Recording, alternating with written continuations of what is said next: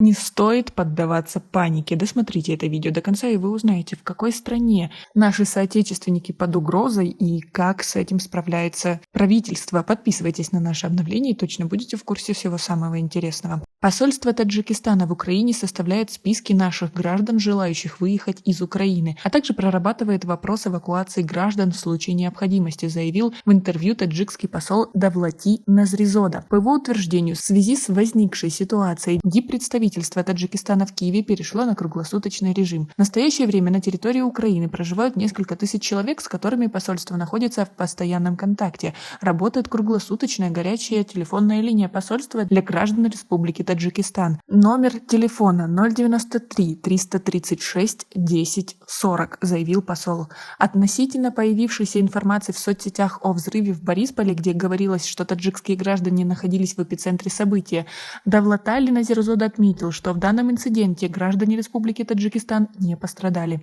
Таджикский дипломат также обратился к согражданам. Пользуясь данной возможностью, обращаюсь ко всем гражданам Республики Таджикистан, проживающие на территории Украины. Не поддавайтесь панике. По возможности запаститесь продуктами питания и оставайтесь дома. Назризода рассказал о ситуации в столице Украины. В настоящий момент ситуация в самом Киеве относительно спокойная. Все органы власти работают. По информации мэра города Киева, комендантский час в городе вводить не планируется, но будут проверять документы, удостоверяющие личность. Также будет ограничена работа клубов и мест общественного питания, но киевляне и гости столицы должны всегда иметь при себе удостоверение личности, подчеркнул посол Таджикистана. Он отметил, что уже взяты под охрану объекты критической инфраструктуры города, усилена охрана и ограничен доступ ко всем органам власти в столице. На всех основных въездах города созданы контрольно-пропускные пункты. Особый контроль будет введен за пассажирами на вокзалах и в аэропортах. В посольстве Таджикистана также сообщили, что дополнительно сообщат о количестве наших граждан, находящихся в Украине, после уточнения общего количества. Также стало известно, что были нанесены удары со стороны России по украинским городам. Города расположены по всей ее территории, то есть это не локально было, а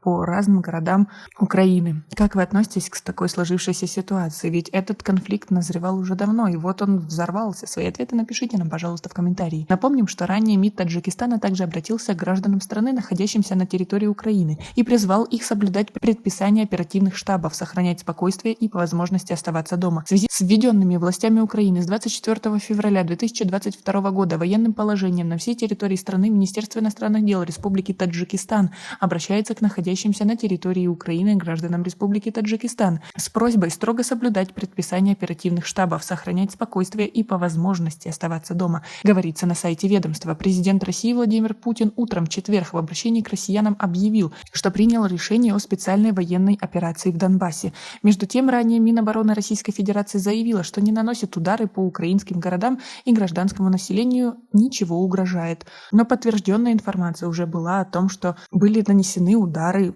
как минимум по столице Украины. Также сообщается о многих других городах, которые не входят в состав непризнанных республик. Президент Украины Владимир Зеленский ввел военное положение по всей стране. МВД Украины призвало граждан остаться дома и собрать тревожный чемодан. В воздушном пространстве Украины ограничены полеты гражданской авиации. Как вы относитесь ко всей этой ситуации? Свои ответы напишите нам, пожалуйста, в комментарии. У нас пока на этом все. Оцените наши видео подпиской и лайком. До скорой встречи.